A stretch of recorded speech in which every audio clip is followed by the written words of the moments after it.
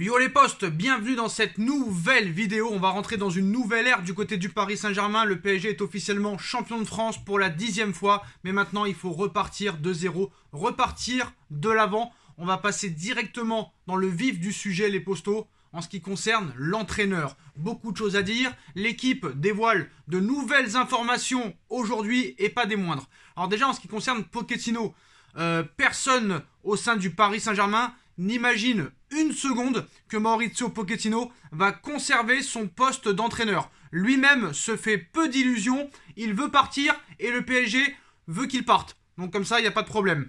Le club prospecte depuis plusieurs semaines. Paris a plusieurs pistes.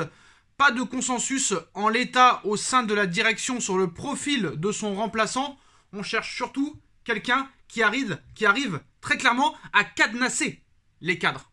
On a parlé de Zinedine Zidane, qui est la priorité numéro 1. On va pas se répéter, son objectif numéro 1, c'est l'équipe de France. Sinon, je pense qu'il aurait déjà accepté. Mais bon, ce n'est pas fait à 100%, peut-être qu'il pourrait finir par accepter. Mais si Paris accepte de faire venir Zidane, alors que c'est par défaut de son côté, c'est pas bon signe. Honnêtement, voilà, je l'ai déjà dit, un entraîneur qui ne veut pas venir, mais qui vient par défaut, c'est pas une bonne stratégie.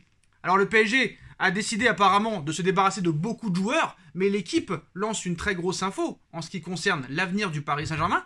Et le Mundo Deportivo, en Espagne, sort un chapeau, on va dire un lapin de son chapeau, en ce qui concerne le nouveau coach. Et c'est vrai que cet entraîneur-là, on n'y a peut-être pas songé, même si ça risque quand même d'être pas réellement surprenant comme idée, même si ça risque d'être quand même très compliqué. Alors moi, je l'ai dit dans une vidéo précédente, je pense qu'un entraîneur comme Antonio Conte pourrait peut-être faire l'affaire. Alors, je dis un très gros peut-être, parce qu'en ce qui concerne les entraîneurs au Paris Saint-Germain, c'est très compliqué d'en parler et c'est très compliqué de se projeter. Parce qu'à l'arrivée, on est content que ce coach vienne, à part Pochettino, parce que Pochettino, personne n'était très réellement séduit après son arrivée. Mais les autres, c'est vrai qu'à leur arrivée, on était séduit et on est tombé de très haut. Alors en ce qui concerne l'entraîneur, il y a plusieurs pistes aussi, comme Antonio Conte, mais aussi une troisième piste, les postos, Luis Enrique. Alors ancien coach du FC Barcelone, avec lesquels il a tout gagné, avec Neymar, avec Messi. Un jeu vraiment pas mal, avec une équipe aussi, il faut le dire, exceptionnelle. On va pas se mentir, les joueurs qu'il y avait à l'époque de Enrique étaient totalement incroyables. On a vu du jeu total régal. Un petit peu comme Guardiola entre 2008 et 2012. Mais là, plusieurs infos les postos. C'est carrément Neymar et Lionel Messi qui ont proposé le nom de Luis Enrique, actuel sélectionneur de la Roja. Alors ça va être très compliqué de le déloger, mais ça a déjà existé qu'un coach ne va pas faire une compétition pour aller dans un club. Ça s'est vu avec Jacques Santini en équipe de France en 2004. Ça s'est vu avec d'autres entraîneurs qui n'allaient pas au bout de leur parcours avec la sélection et qui laissaient tomber la sélection pour venir dans un club. Alors en ce qui concerne cette info, alors Zidane restant la grande priorité de QSI, les dirigeants anticipent néanmoins le refus probable de Zidane. Neymar et Messi auraient carrément proposé le nom de Luis Enrique, actuellement entraîneur de l'Espagne. Et Luis Enrique serait très tenté par l'idée de venir au Paris Saint-Germain. Alors, est-ce qu'il sera prêt à laisser tomber la Roja à quelques mois de la Coupe du Monde pour venir entraîner le Paris Saint-Germain et venir retrouver ses anciens joueurs qui sont Lionel Messi et Neymar Junior? C'est une possibilité. On sait très bien que quand même Lionel Messi et Neymar, c'est pas n'importe qui sur le papier, même si on est très déçu. On parle quand même de deux très grands joueurs, surtout Lionel Messi, vu le palmarès qu'il a. Surtout si Mbappé reste, ce qui est maintenant presque plus probable qu'un départ. L'accord de Mbappé a été complètement bloqué avec le Real Madrid après que le joueur ait commencé, on va dire, à changer d'avis depuis le match aller contre le Real Madrid quand le Paris Saint-Germain a proposé cette offre salariale et cette prime à la signature, cette prime de fidélité incroyable. Bah voilà, l'accord s'est complètement enlevé. Le Real Madrid a arrêté de discuter. Donc maintenant, Cette tentative de renouvellement intéresse vraiment beaucoup Kylian Mbappé. L'offre de renouvellement semble l'intéresser de la part du Paris Saint-Germain et veut discuter avec les deux clubs avant de prendre officiellement une décision. Alors est-ce que c'est revenu à 60-40, à 65-35, à 50-50 ?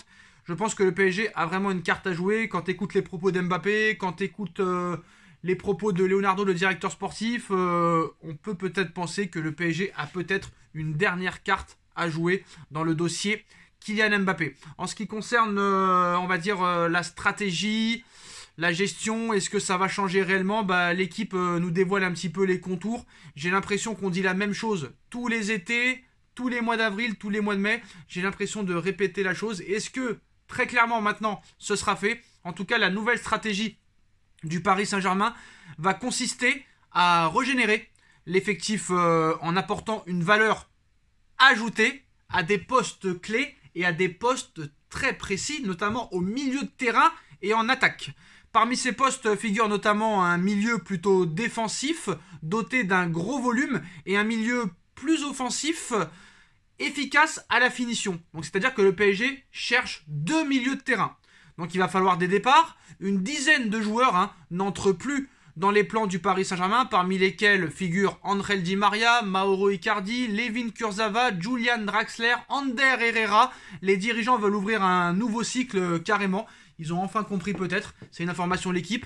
Idrissa Gueye et Leandro Paredes ne seront pas retenus en cas de belle offre. Pareil pour Thilo Kehrer, même si Thilo Kehrer a dit qu'il voulait finir son contrat. Faut pas oublier qu'il y a une Coupe du Monde dans quelques mois, peut-être que ces mecs-là vont vouloir jouer. Et ce qui est bien pour le Paris Saint-Germain, c'est que cette Coupe du Monde pourrait permettre peut-être à des joueurs, très clairement, de mettre peut-être l'argent de côté pour pouvoir avoir plus de temps de jeu autre part. Voilà, ça ce serait quand même assez intéressant. Alors, on va plus loin sur l'information Luis Enrique, qui s'entend très bien avec Neymar, qui s'entend très bien avec Lionel Messi, qui aurait très clairement aussi les pleins pouvoirs. Alors, très clairement, entre Zidane, Conté et Luis Enrique, j'ai envie de te dire, pour l'instant, le choix idéal serait Antonio Conté, parce que c'est vraiment le seul qui veut venir, même si Enrique est intéressé. Alors, Conté, actuellement, il est avec Tottenham, donc il faudra mettre de l'oseille pour pouvoir le déloger. Luis Enrique est à l'heure actuelle l'entraîneur de l'Espagne, qui est pour moi l'une des équipes favorites pour le sacre à la Coupe du Monde 2022. Est-ce que c'est une bonne idée de déloger un entraîneur qui a réussi à qualifier l'équipe pour la Coupe du Monde 2022 ? Est-ce que Luis Enrique va avoir les couilles de laisser tomber l'Espagne ?